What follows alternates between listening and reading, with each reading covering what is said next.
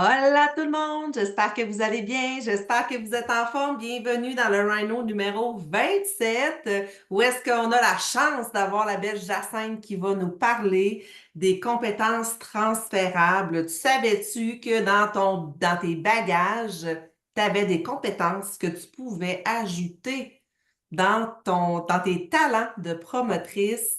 Peu importe ce que tu as fait avant, tu peux t'en servir dans le positif pour t'apporter vers l'avant. Donc, j'ai vraiment hâte d'entendre Jacinthe avec ce beau sujet-là qui m'interpelle énormément aujourd'hui. Donc, vas-y, ma belle Jacinthe. Salut, salut tout le monde! Félicitations de vous êtes branchés en cette belle journée ensoleillée.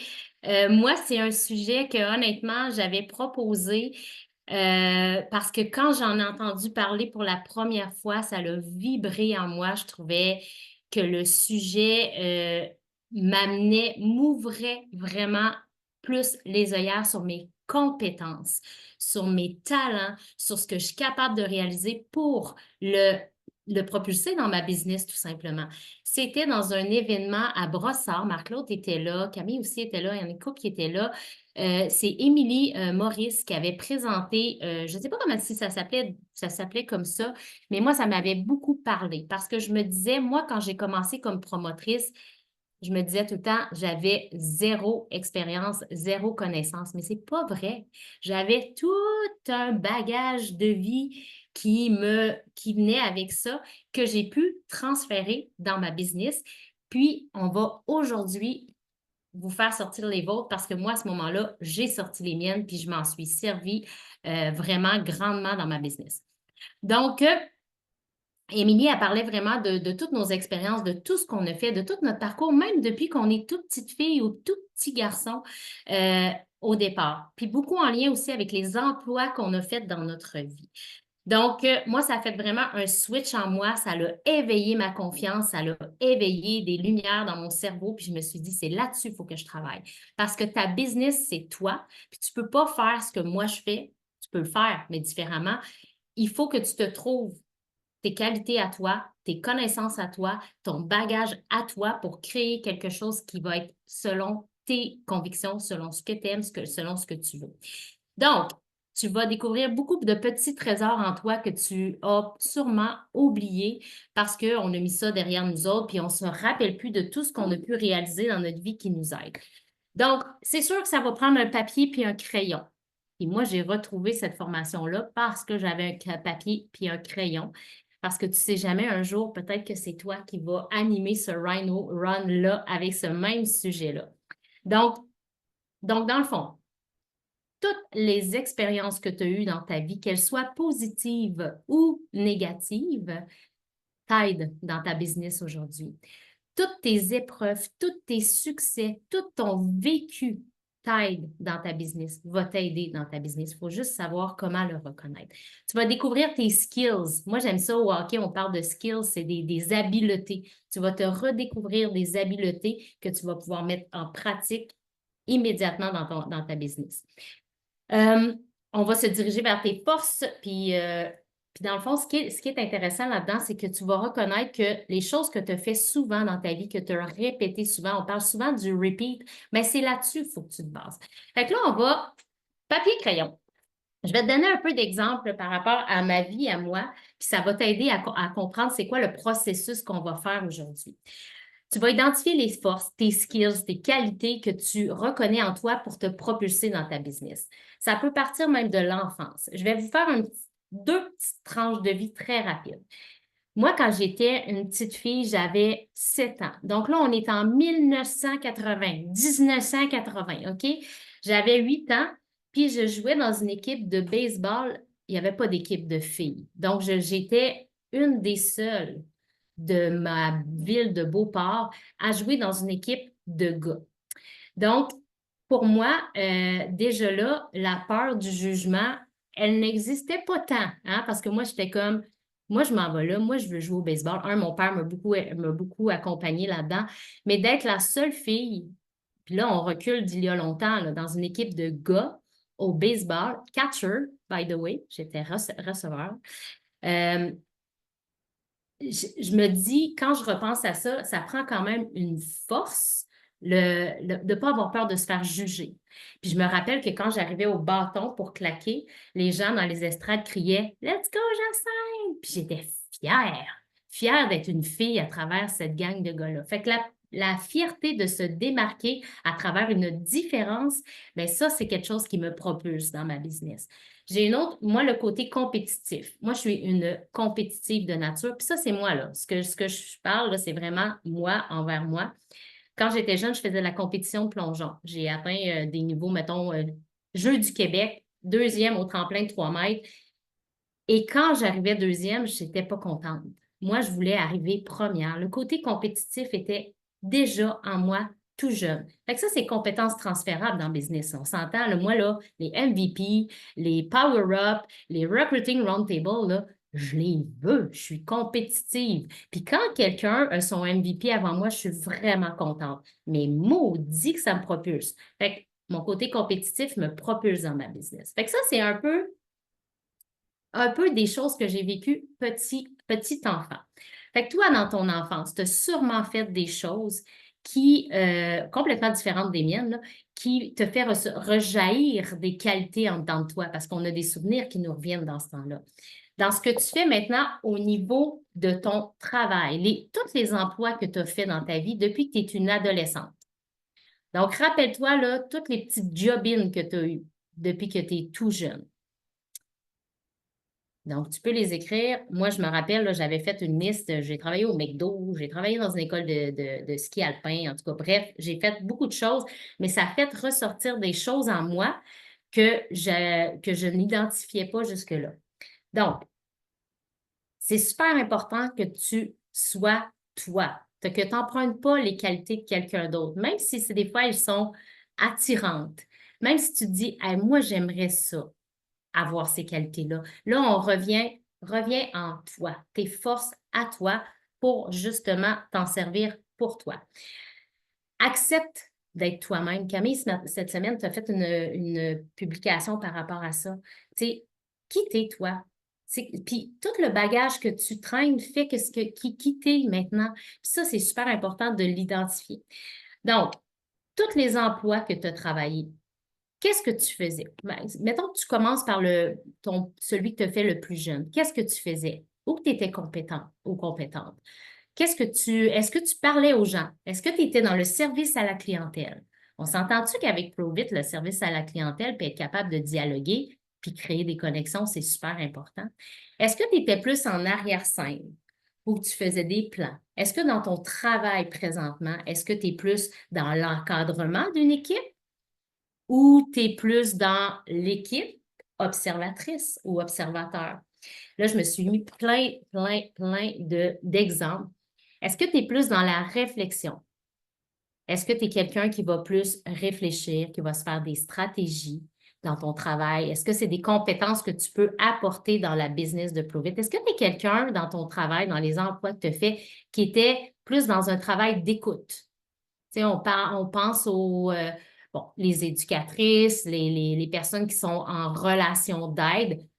Naturellement, là, que l'écoute, elle est là. Fait que comment tu penses que dans ta business, quand tu es capable d'écouter des gens, tu es capable d'écouter leur histoire, puis des aligner, puis des aligner, en tout cas, des guider à travers tout ça, il faut savoir écouter. Fait que ça, c'est une grande force aussi. Fait qu'essaye de voir qu'est-ce que tu as fait à travers tous tes emplois. Est-ce que tu es quelqu'un qui prend parole? Moi, j'ai été formatrice. J'ai été enseignante à la Cité collégiale en éducation. L'éducation, est-ce que tu aimes éduquer?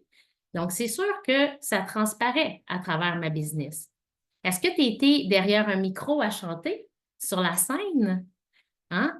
La prestance, la présence devant les gens, ça se répercute un peu sur la présence sur les médias sociaux, sur la prestance, la stabilité devant les gens. Est-ce que tu es quelqu'un dans tes emplois, que c'était des emplois qui t'amenaient à bouger beaucoup? Est-ce que c'est quelque chose que tu aimes? C'est quelque chose aussi que tu peux exploiter quand tu es dans la business. Moi, je suis entraîneur physique. C'est sûr que j'en parle à travers la business de ProVit, que je m'entraîne en plein air. Le plein air fait partie des trucs que j'aime partager. Donc, c'est sûr que probablement que ça éveille je vois pas les commentaires s'il y en a, mais est-ce que ça éveille des choses en vous en reculant un peu dans votre passé de travail, de ce que vous avez aimé dans votre travail? Est-ce que vous êtes des gens qui aiment les chiffres? Est-ce que dans les emplois que vous avez eus, vous êtes plus dans la comptabilité? C'est super essentiel là, dans la business. Moi, je le suis un peu moins. Donc, je m'entoure de gens un peu plus stratégie, calcul, ces trucs-là, ligne MVP, chiffres et tout ça. Moi, je vois là, dans ma tête, là, je les vois, là, les gens qui m'entourent, qui ont ce cerveau-là. Donc, c'est fun aussi d'identifier que moi, c'est pas ma force. J'ai jamais cherché un travail, bien que je fais des payes puis je fais des trucs par rapport à l'argent, mais c'est pas quelque chose qui me passionne. Ça me fait pas vibrer. Fait que c'est sûr que c'est quelque chose que j'exploite moins. Par contre, je m'entoure de gens qui sont très, très verts, très, très, très, très stratégiques. J'en vois une en plein milieu de mon écran, là. C'est ma sœur. Euh, Est-ce que tu as été dans le domaine de la beauté, de l'esthétique? Est-ce que pour toi, quand tu fais un live, là, puis qu'il faut que l'environnement autour de toi, ça soit clean, ça soit propre, que tu sois bien mise et tout ça, ça transparaît dans ta business aussi. C'est quelque chose que c'est pas important pour toi, c'est pas important. Service à la clientèle. Est-ce que toi, tu es en avant-plan dans ton travail? Moi, je suis directrice adjointe dans un centre de la petite enfance. C'est clair que je suis en avant-plan dans mon travail. Fait que c'est sûr qu'encore une fois, ça découle. Hein? Ben là, je suis en train d'animer un Rhino Run. Hein? Puis je suis capable d'avoir un micro maintenant dans mes mains. Mais en fait, avant d'entendre Émilie parler, je n'avais pas cette certitude-là parce que je ne savais pas que j'avais toutes ces compétences-là en moi pour pouvoir l'exploiter. Après ça, est-ce que tu es quelqu'un que dans ta business, pas dans ta business, mais dans ton travail, parce qu'on s'entend, là, pas mal tout le monde ici est à temps partiel avec Provit. Est-ce que dans ton travail, tu es quelqu'un qui prend des grandes responsabilités ou tu es plus comme quelqu'un qui va se faire diriger par les autres? Puis toutes les deux sont aussi puissants dans la business, toutes les deux. Parce qu'on a besoin de gens qui sont coachables aussi dans les équipes, hein, qui sont capables de recevoir certaines consignes, certaines directions. Est-ce que tu es quelqu'un, au niveau de la créativité, est-ce que tu es quelqu'un de créatif? Est-ce que quand tu étais petite, tu aimais ça, ou petit, tu aimais ça bricoler, tu aimais ça faire créer des choses? Ça paraît, je le vois là, chez certaines promotrices, les filles qui ont des canevas super, très beaux, colorés, créatifs, c'est des forces que les gens ont en eux. Moi, je vais m'embaucher quelqu'un pour me faire ça, tu comprends? Je l'ai moins en moi. C'est moins une facilité pour moi, mais je vais aller m'entourer de gens qui ont cette facilité-là. Est-ce que tu es quelqu'un qui bâtit des plans? Est-ce que c'est toi qui fais l'animation des réunions? Est-ce que c'est toi qui bâtis la réunion? C'est toi qui fais l'ordre du jour? Bref, peu importe ce que tu fais. Est-ce que tu es quelqu'un de manuel? Tu es quelqu'un qui travaille dans le domaine manuel, donc dans l'action. Donc, c'est tout, encore là, je le répète, des compétences, des qualités que tu as à l'intérieur de toi, même si tu as zéro connaissance en marketing relationnel, même si ça fait une semaine que tu es là, même si ça fait un an que tu es là, tout ce bagage-là, il est là à l'intérieur de toi juste pour exploser dans ta business. Es-tu quelqu'un de plus qui aime être en groupe ou tu as tendance à être plus être dans le one-on-one? Ça détermine aussi vers où tu te diriges dans ta business. Est-ce que tu vas te créer un groupe puis tu vas parler à tout le monde ou toi, tu aimes ça le faire de façon individuelle? Fait que là, dans le fond, tu es supposé, à travers tous les emplois que tu as eus, moi, j'avais sorti à ce moment-là, j'ai ressorti mon vieux cahier. J'ai des cahiers partout, partout, partout. Puis là, quand c'est le temps de traiter un sujet, je suis comme, OK, il faut que je cherche là-dedans. Maintenant, tu vois, je suis pas structurée et organisée dans la vie, mais là, c'est quelque chose que je veux intégrer en moi parce que là, je suis rendue avec à peu près 10 cahiers, là. Fait que j'ai commencé à me faire des cahiers de Rhino Run, des cahiers de Team Call, des cahiers de mes lives, des cahiers, bon, bref, des cahiers de tout. Des cahiers aussi que je vais écrire dedans mes futurs prospects clientes, mes futurs prospects promotrices. Un coup que c'est écrit, là, c'est là. Donc, moi, j'ai travaillé au McDo. Donc, naturellement, j'étais capable de parler en arrière d'une caisse, puis j'étais capable de calculer de l'argent un petit peu. Fait que j'ai. Comment ça, j'ai un pouce? OK, OK. J'ai mis un pouce, ça fait un pouce? Ah, ben, c'est bien drôle. J'ai été monitrice de ski alpin puis de planche à neige. Fait que c'est sûr que je vais vous conter quelque chose rapidement. J'ai, euh, Moi, j'ai commencé à faire de la planche à neige. J'étais déjà monitrice de ski dans un centre de ski à Québec. Puis j'ai commencé par moi-même, ben pas par moi-même, mais j'ai commencé à faire de la planche à neige. Et je me suis improvisée monitrice de planche à neige. Aucune idée. Aucune idée comment faire, comment enseigner ça, puis tout ça. Mais j'ai foncé, puis j'ai dit non, moi, je suis capable d'enseigner la planche à neige. Puis en anglais, à part de ça, je ne parlais pas un mot anglais. Fait que me sortir de ma zone de confort, ça part d'il y a très, très longtemps. Fait que c'est pas pour rien que des fois, je fais comme dans quoi je me suis jetée encore. Je le fais depuis que je suis adolescente, me jeter en dehors de ma zone de confort. Donc, j'ai donné mon premier cours de planche à neige. Naturellement, je suis allée chercher mon niveau 1. J'ai donné mon premier cours de planche à neige en anglais à l'âge d'à peu près 17-18 ans. On va dire, ça devait pas être super beau, mais c'est pas grave. Je me suis sortie de ma zone de confort. Après ça, je n'ai enseigné une belle grande gang de cours de ski de planche à neige. Donc, tout ça pour dire que j'ai été monitrice de ski. J'ai été esthéticienne aussi. Donc, j'ai mon DEP comme esthéticienne. Je ne le fais plus du tout, mais j'aime le côté esthétique. J'ai été éducatrice, donc le côté éducateur. Je suis directrice adjointe maintenant. J'ai été responsable de la pédagogie. Je suis entraîneur physique. Donc, c'est une shitload de bagages. Puis ça, c'est le mien, mais vous en avez, c'est sûr que vous avez le vôtre. Puis des fois, ça peut être pas nécessairement à travers les emplois, ça peut être à travers vos loisirs, ce que vous avez choisi de faire en dehors de votre travail. Qu'est-ce qui vous attire? Est-ce que vous allez aimer ça aller au gym, mettre vos écouteurs puis vous entraîner toute seule, ou vous autres, vous avez besoin de l'énergie des gens?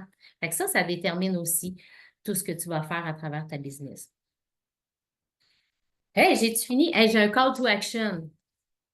Puis après ça, s'il y en a qui veulent partager leurs compétences transférables, j'espère que ça a allumé en vous la même chose que ce que ça avait allumé en moi au moment où Émilie en a parlé. Peut-être qu'à ce moment-là, j'étais prête à entendre ça puis me sortir, de reconnaître toutes mes forces puis prendre plus de confiance en moi. Le call to action. Est-ce que vous êtes prêts? Crayon, papier, parce qu'il faut l'écrire, parce qu'il faut moi, je lise. Euh, Vous allez commencer votre phrase par j'ai toujours aimé